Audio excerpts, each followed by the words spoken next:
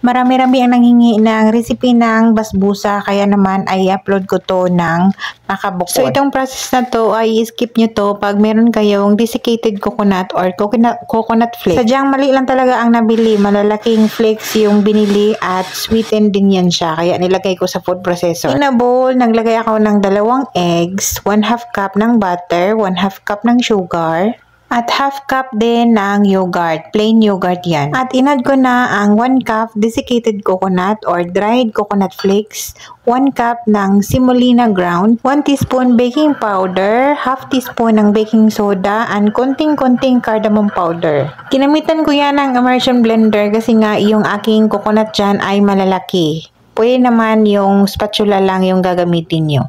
So, pagkatapos yan na-mix lahat, ay nilagay ko yan sa baking dish. Yung gamit ko dyan ay Pyrex. I-flatten lang yan sa baking dish or Pyrex kung ano yung gamit nyo. And then, naglagay lang ako ng line para lang mag-guide lang yung ilalagay nating almond. Dahil mamaya, pagkatapos i-bake, ay yung guide natin para i-slice yan ay yung almond nuts. Naka-preheat ang oven ng 350 Fahrenheit at niluto ko lang yan ng 30 minutes.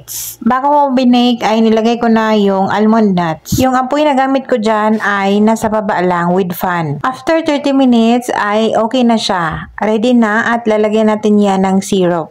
At slice ko pala yan na pa cubes para hindi sila mahirapan mamaya. Para hindi siya para hindi mabasag or hindi masira pagka kukuha or mag-serve.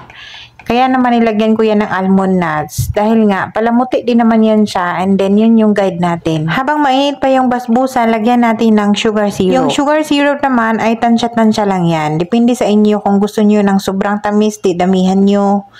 Kung ayaw nyo naman, di kuntian nyo lang. At masarap yan i-serve na mainit pa. After ng sugar syrup, ay nag-add pa ako or nag-sprinkle pa pala ako dyan ng kunting desiccated coconut. And this is our basbusa recipe. I hope you like this video at sana ay nasundan nyo ang recipe ito. Yun lang guys at maraming salamat.